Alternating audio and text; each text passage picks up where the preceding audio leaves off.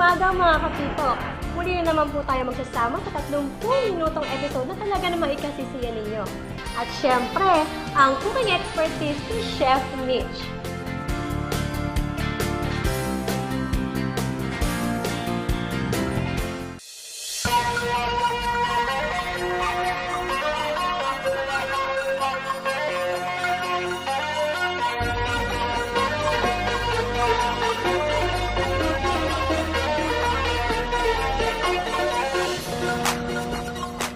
This portion is brought to you by Buffet Asia, the only buffet restaurant where you can take out your leftovers.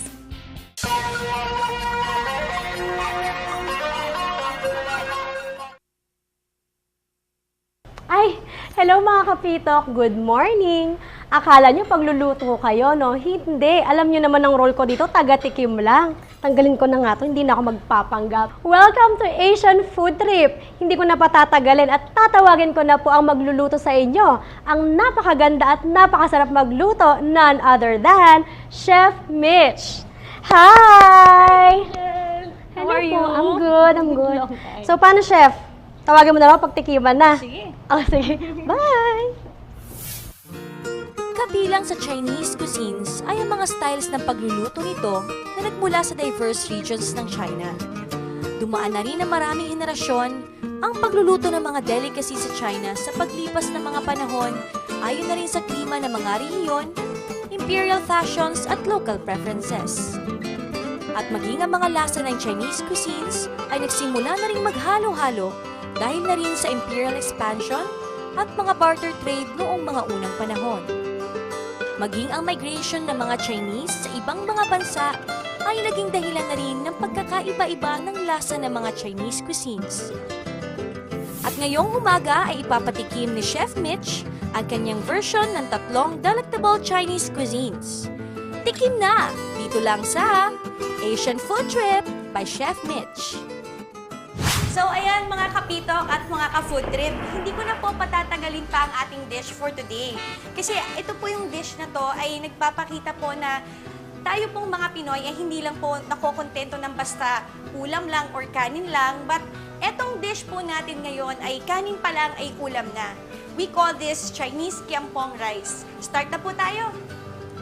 So start po tayo ng, let's pour in canola oil.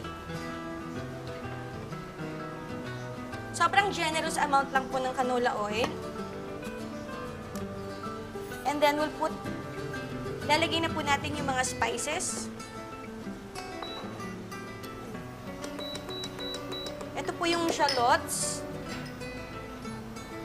Ito po yung garlic. The ginger. The fried shrimp. And then fried garlic. Saute lang po natin ito for around 30 seconds to 1 minute.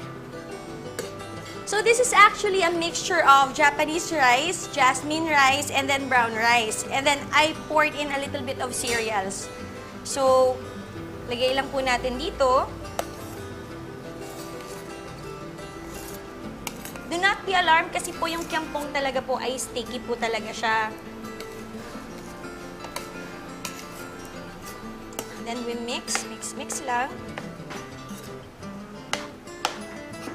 So, ayun, saute lang po natin ito with the other ingredients. And then, pag na-mix na po natin siya, pwede na po natin ilagay yung Chinese chorizo. But this time, I use, this is Macau chorizo. Just pour in there. Then, this is shiitake. Nakasoak po ito ng 24 hours. So, you can, kung ano po yung preference ninyo, pwede nyo pong gawing 12 hours. Then, this is white fungi naman po. Mix it all together. So, once na niluluto nyo po ang Chinese kiampong, yung aroma niya po talaga, sobrang powerful. Unlike the other, like, say for example, yung mga yang chow po, medyo may slight aroma po siya. But this one, this is very strong. Kasi yung sa rice pa nga lang, sobrang combination, mix and match ng rice na ito. Okay, then let's pour in the adobo surprise.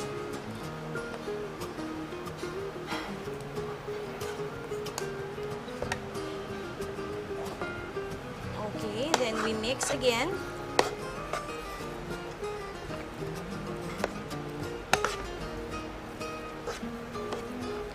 Okay po. Then, just a pinch of salt for the taste. Pinch of pepper. Yung kiampong ko po I created my own version. Ito po yung tinatawag na cinnamon bark. Nag-grind po ako ng a little bit of the powder, powder na may extra ko po sa cinnamon bark. So, let's just a pinch of it. And this one, coriander seeds.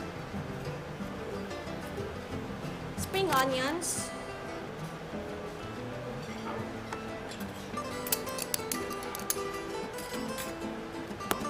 Ito po yung combination of Japanese granules po siya and then dried nori wrapper po na kinat into pieces. So, i-add up lang po natin. And then, this is the teriyaki sauce. Okay po. And then, a little bit of fish sauce. Okay, and then mix and mix and mix na naman tayo. Actually po talaga, super love ko po talaga yung Chinese cuisine na lutuin. Kasi technically po yung kiampong po talaga is a fusion of Chinese yang chow and then Spanish paella. So parang para sa akin, yung kiampong po talaga ay parang ako lang. Kasi po, yung my dad is Chinese and my mom Spanish and a little portion of Filipino lang po yung blood ko. So, parang ayun, parang kiampong lang po. And I grew up cooking Chinese food po talaga sa bahay po namin. Mix and match din po kami ng mommy at daddy ko. So ayun, yung dalawa pong dish natin na i-introduce ko po sa inyo and sa mga pinaka-favorite ko pong lutuin na nagginawang ko na rin ng version na makikita nyo lang po sa Buffet Asia. So ito po yung tinatawag ko po na XO Spicy Squid Sambal and then yung Sweet and Sour Special po ng Buffet Asia. So, antayin lang po natin maluto ito and then proceed po tayo sa dalawang original dish na yon. So, all this and more sa pagbabalik po ng Asian Food Trip.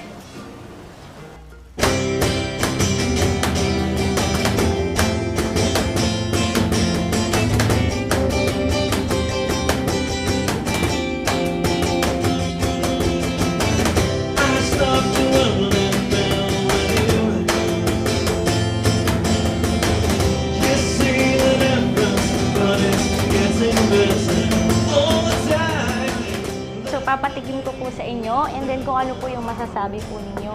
Very good. Pwede man take out ito? Pwede po kasi yung buffet na po may take out of leftover po eh. Okay naman.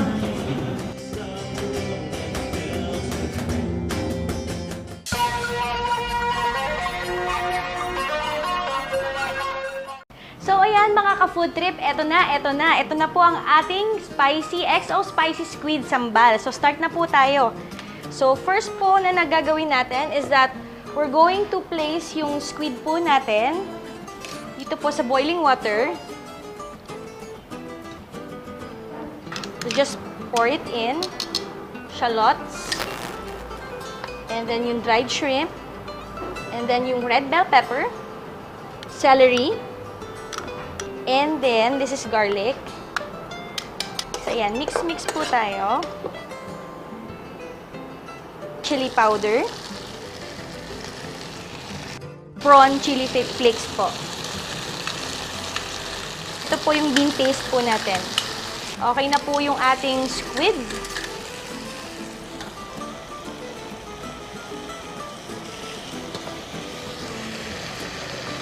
Place lang po natin sa ating sauce.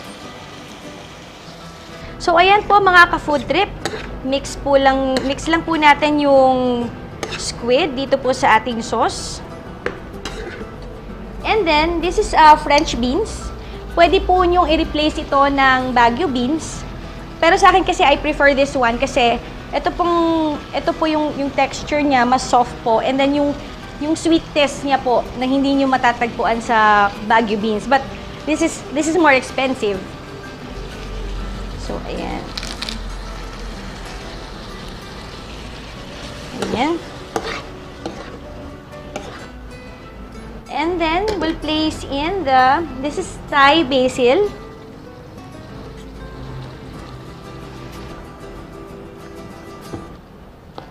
Okay. Now we're done.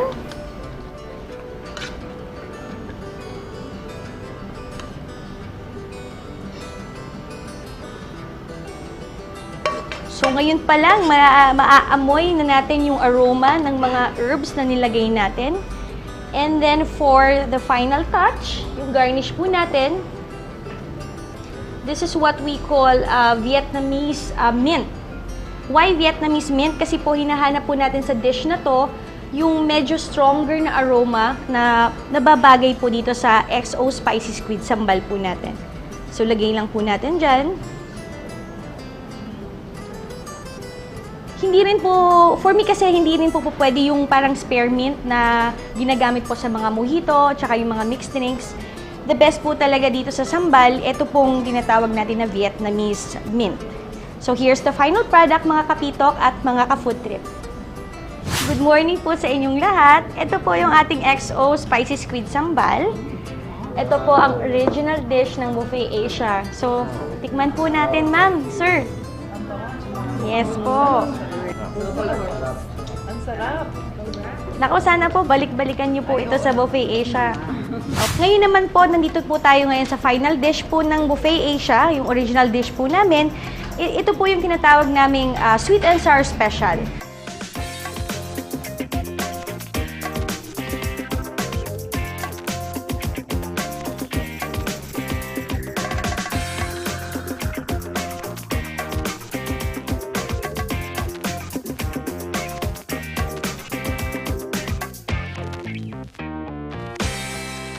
Onting trivia lang po. Did you know that my grandfather's roots came from actually Macau, China? And then, that Cantonese chef are actually measured, yung skills nila na may measure through cooking sweet and sour. May it be lamb, chicken, beef, or veggies. Doon po yung sukatan ng mga ninuno ko para ma-prove po na magaling ka po talagang chef. So, sana pumasok po ito sa level ng standards ng aking mga ancestors. So, okay na po. Chicken. So, ayan. Tapos na po yung ating sweet and sour special. And then, kung mapapansin nyo po, yung mga dish po ng Buffet Asia, medyo health conscious po siya. So, again, this is more of veggies. Again, yung aside from the chicken, medyo tone po siya ng veggies. So, ayan na po yung final product ng Sweet and Sour Special. So, ayan mga ka-food trip, tapos na po natin ang 3 dishes. So, patikim na po natin sa ating mga audience. Tara! Oras! Teka, chef. Hindi ako pregnant, hindi ko natinikman yung luto mo, diba? Sige. Ito, yung sweet and sour kineme. So, ayan mga kapitok at mga ka-food trip, isa na namang napakasayang Saturday dito po sa Asian Food Trip. For comments and suggestions, you can email us at buffetasiarestobar@gmail.com or you can call us at 267-1240 or our mobile numbers are 0922-898-3253 or 0908-820-8108. So join us again next week for another tempting episodes here at Buffet Asia with Chef Mitch. So always remember, anybody can cook.